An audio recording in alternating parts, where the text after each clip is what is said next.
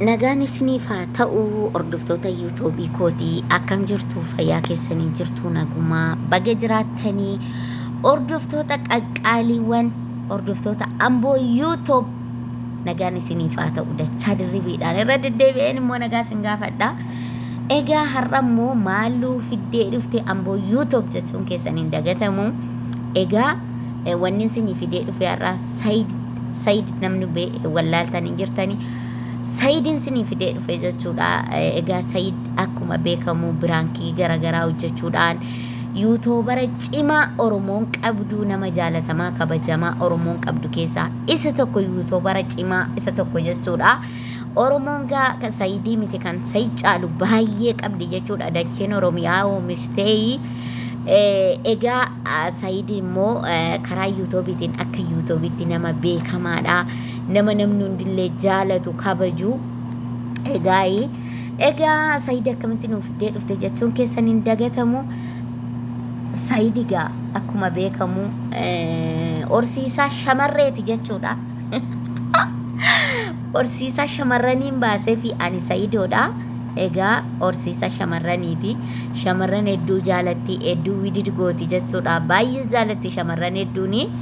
Egaa viidiyoodhaanis haa ta'u biraankii adda addaatiifis haa ta'u yookaniif immoo bareedinsa waan adda addaatiifis haa ta'u hedduu jaalatama jechuudha Sayidooni.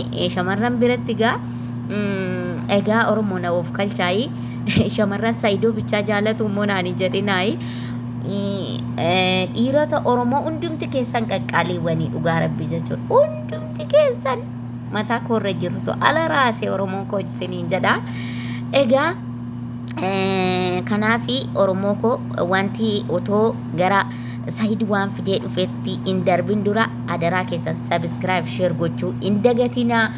Like gochuu hin dagatinaa isiniin jedha. Ela baaraalii yuutuubii guyyaa hedduu gadi bu'ee jira jechuudha. Kanaafi like share subscribe gochuu hin dagatinaa sirriitti isiniin jedha Oromoo.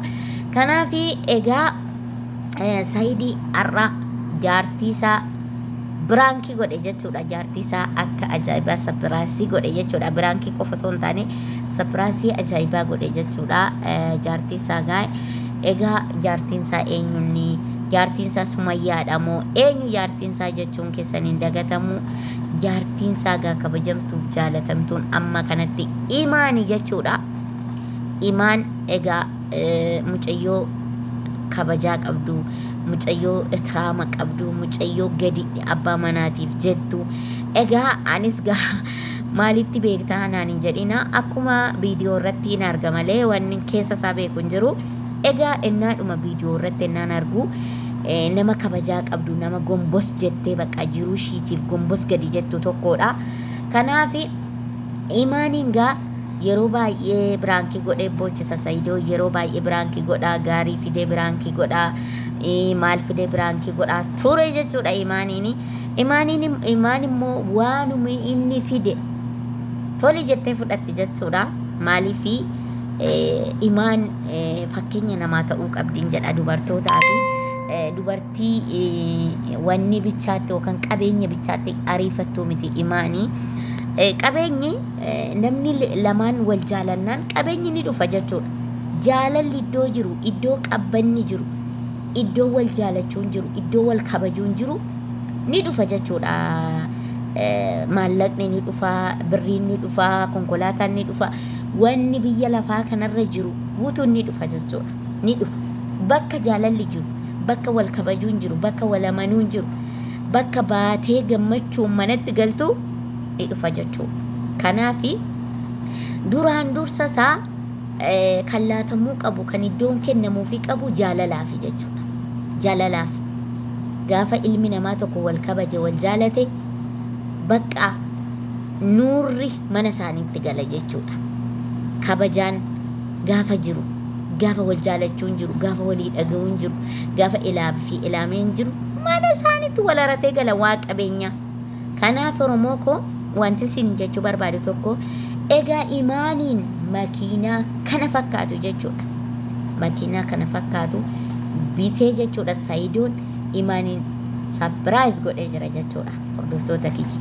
Imaan hedduu gammadde jechuudha. Dhugaa rabbii hedduu tokko gammadde, hedduu tokko dasishii jedhee, hedduu tokko gammadde baqqaa jechuudha. Hedduu gammadde baqqaa hedduu gammadde. Dhuguma makiinaan kun kan keenya, dhuguma keetii, dhuguma asapiraasii na goote, dhuguma jettee hedduu gammadde jechuudha. Imaaniin hedduu gammadde. Hedduu gammadde Saayidoo asumaan wanti siin jechuu barbaadu tokko kabajamin siin jedhaa. Dhiirri Oromoo guutuun sirraa haa baratanii. Warri qabeenyi isaanii makiinaa hin dandeenyes bajaajii bitaati. Haadha manaa keessan sabiraas godhaa, fataa godhaa jechuudha. Oromoo fataa godhaa jechuudha. Kunuunsuu baraa, kunuunsuu baraa. Haadha manaa keessan onneen cabsinaa, haadha manaa keessan hin bilcheechinaa jechuudha. Akka boqqolloo gootaniin xabbasinaa onnee jechuudha. Akkanatti jaalalaa widid godhaa jechuudha. Jaalala baradhaa jechuudha. Oromoo jaalala baradhaan siniin jedha hordoftoota kiyya. Egaa Oromoo wanti nani jedhuufi namni 500 fi wayii sabskiraayifii naa godhe kuni sabskiraayifii naa gootan kuni sabskiraayifii iyyuu beeku be Oromooni. Kanaafi warri nagootan kuni muluun Oromoodha waan ta'eefan Oromoo ko siniin jedha jechuudha. Kanaafiyyuu akka Saayidoo kanatti jechuudha. Dargaggeessi keenya dargaggeessi Oromoo guutuun keessan kanaafiyyuu hojii baraa sabiraasiillee nama godhuu baraan siniin jedha. Imaan keenya baga gammadde siin jedhan tala Oromoo siin jedha. Baga gammadde, baga gammadde, baga rabbiin si gammachiise, baga gammadde siin jedha. Yoommoo makiinaan kun biraankiidha nuun hin jedhin, boru deebitanii biraankiidha nuun hin jedhin. Saayidoo biraankiin godhe nuun hin jedhin. Baga gammadde siin jedha. Imaan kiyya qashtii dubartii kabajaa qabdu, dubartii ihtiraama qabdu, dubartii bareedduu, dubartii abbaan fedheyyuu jaalatu, dubartii qashtii. Bareedumsi maal godha? Malkii qabaachuu nomaan godhu, amala qabaachuu caala.